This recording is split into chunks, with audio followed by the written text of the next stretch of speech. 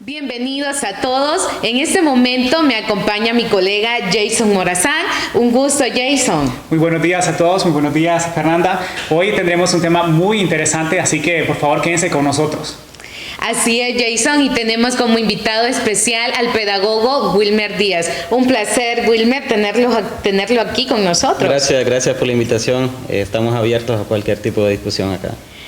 Así es, sabemos que la educación en nuestro país es un tema fundamental, pero es algo que en muchas ocasiones no sabemos de unos puntos claves, y es por eso que el día de hoy el pedagogo especializado en educación popular y en la pedagogía de la liberación nos va a estar comentando un poco más sobre en qué consisten estos temas y poder aprender sobre ello. Un gusto, licenciado, y para dar inicio a esta entrevista quiero que comencemos, que nos explique un poco sobre qué es la educación popular, en qué consiste esto. Gracias, reitero las gracias de la invitación y demás. Pues la educación popular realmente en contextos como el hondureño es un tema quizá emergente, muy poco visible y muy poco discutido. O sea, creo que primera vez que escucho yo en un medio en donde se plantee como tema central pues la educación popular. La educación popular es un movimiento, ¿verdad? La educación popular es una metodología de trabajo en donde residen ciertos principios. O sea, principios como la dialogicidad, la criticidad y también el tema de que la metodología de la educación popular o la educación popular como tal ayuda a que las comunidades se transformen. Entonces, en este sentido, el diálogo siempre va a estar presente. Entonces, tener en cuenta de que la educación popular se contrapone a todo aquel tipo de educación formal, escolástica o tradicional. Entonces, la educación popular nace fuera de la escolaridad. Eso hay que tenerlo muy en cuenta. Bueno, Wilmer, pero también yo le quería preguntar sobre en qué consiste lo que es la pedagogía de la liberación. La pedagogía nosotros la conocemos como una ciencia, ¿verdad?, que estudia la educación. Y entonces en ese sentido existe toda una teorización sobre la pedagogía. Cuando ya le agregamos la colita de liberación, estamos hablando de una pedagogía contextualizada. Pero es lo importante de que dentro de la pedagogía de la liberación, uno de los máximos exponentes es un profesor, educador, campesino, brasilero, Paulo Freire, quien introdujo todo un tema de problematización de las realidades, en ese caso brasileras, y se empezó a hablar de educación liberadora. ¿Por qué? Porque, como ya lo mencionaba en la pregunta anterior, existe una educación formal que históricamente ha sido bancaria. Entonces, la educación liberadora es movilizante. Entonces, en este caso, la pedagogía es el campo ampliado, como también lo existe la psicología de la liberación, la filosofía de la liberación, la sociología de la liberación.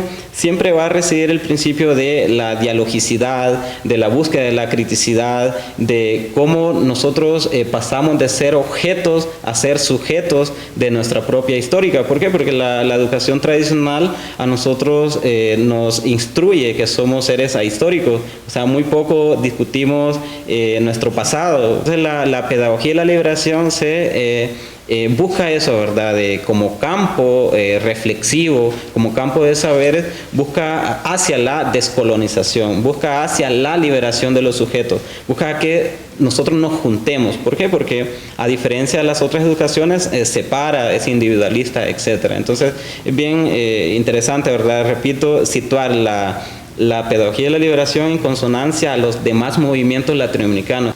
Muy interesante, licenciado, y me llamaba la atención que usted comentaba al principio que estas son unas educaciones que en nuestro país la verdad no son como muy tomadas en cuenta. Entonces, ¿nos podría mencionar un poco la diferencia entre la educación popular y la pedagogía de la liberación? Sí, creo que ahí, bueno, la diferencia es que una es el método, la educación popular es la metodología, es la forma, es lo que se desarrolla, y la pedagogía es el campo de saberes, como lo mencionaba anteriormente. Agregando un poco datos históricos, o sea, la educación popular tiene su mayor auge como metodología en la década de los 50, y es cuando la mayoría de pueblos latinoamericanos tienen tasas altas de analfabetismo. Entonces, ¿qué pasaba? Que el Estado, dentro de su legislación, en principio mencionaban de que las personas que podían elegir autoridades o hacer uso del sufragio eran personas que sabían leer y escribir, entonces, pero no, o sea, habían mayorías que no sabían leer y escribir. Entonces, el movimiento campesino, el movimiento obrero, indígenas, etcétera, asumieron la educación popular como un proyecto propio. O sea, autogestionado. Eso es lo bonito, ¿verdad? Que la educación popular en este sentido, como proceso, contribuye a que la pedagogía de la liberación se nutra, ¿verdad? Se nutra de las diferencias. Eso es bien interesante. Bueno, como usted lo está diciendo, estos tipos de educación son sumamente importantes para las personas, ya que construyen y forman a las personas. Sí. Pero ¿por qué usted cree, Wilmer, en su opinión, por qué no se le brinda tanto interés a estos modelos de aprendizaje en nuestro país? Miren, dentro de la escolaridad o dentro del sistema educativo nacional formal, este sistema está regido por ciertas condiciones, como lo es el currículo nacional básico, como también el ejercicio docente. Pasa algo de que para poder instalar o para poder debatir educación popular dentro de las esferas formales es bien difícil, porque requeriría la crítica sobre la escolaridad, algo que la educación formal es bien difícil que lo asuma. Pero sí, como dice usted, sería interesante de que nos movamos un poquito del chip las personas que estamos liderando procesos educacionales. Y algo más, la educación popular siempre busca que los actores de los procesos se involucren. Entonces, sería interesante ver cómo tanto el niño o niña se involucra con el padre, madre o tutor, docentes y toda la comunidad. Cómo la comunidad asume el proceso de aprendizaje del sujeto en ese caso. Sería bien interesante. Con eso que usted está diciendo, lo traemos aquí a la realidad, al presente. ¿Qué tanto se está fomentando en nuestro país tanto la educación popular como la pedagogía de la liberación? En Honduras es bien complicado. O sea, Honduras tenemos las estadísticas que tenemos número 1 a nivel latinoamericano en muchas cosas, pero esto no niega de que hay muchos ejercicios. O sea, cuando nosotros leemos la historia que nos da Ramón Amaya Amador, por ejemplo, en contextos en los cuales en Honduras pues, se desarrollaron muchas luchas, y ahí estaba presente la educación popular, también de los movimientos indígenas, del movimiento de mujeres, etc. Se está hablando desde la educación popular como una herramienta que posibilita la emancipación, que sea hacia eso vamos nosotros. O sea, en la actualidad nosotros vemos que ya se empiezan a evidenciar muchos movimientos que están trabajando este tema. Ustedes conocen, nosotros conocemos el tema de las tierras, el tema del cambio climático, acá tenemos el tema de la sed y todas estas cosas que se movilizan desde estas herramientas metodológicas que nos provee la educación popular. A diferencia de la educación formal, que muchas veces reproduce un sentido de que yo no puedo decir, de la cultura del silencio que nos hablaba Paulo Freire. Entonces, ¿cómo podrían hacer, digamos, en el caso de los docentes, para ir involucrando eso en ellos? En casos bien prácticos de realidad, fue un poco sonado hace poco cuando se hablaba de la cátedra morazánica.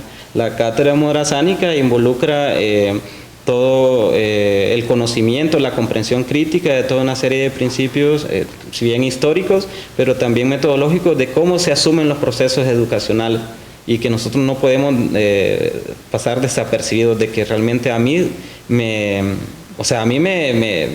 requiere de esa realidad. O sea, esa realidad no es ajena a mí porque yo formo parte de ella. Entonces la escolaridad, la educación superior tiene una responsabilidad política, ética y demás sobre esa realidad. Bueno, sin duda este tema es muy interesante, y pues con lo que hemos escuchado hoy, gracias a Wilmer, da mucho para hablar, pero por cuestión de tiempo esperamos que estos modelos de aprendizaje, tanto la educación popular como la pedagogía de la liberación, pues se den en Honduras finalmente con más seriedad, ya que, como usted lo ha dicho, quedamos en medio, sí, no, sí, no. Entonces, sin más, no me resta que agradecerle por habernos estado con nosotros acompañando, agradecerles a ustedes también en casa y sin más, será hasta la próxima.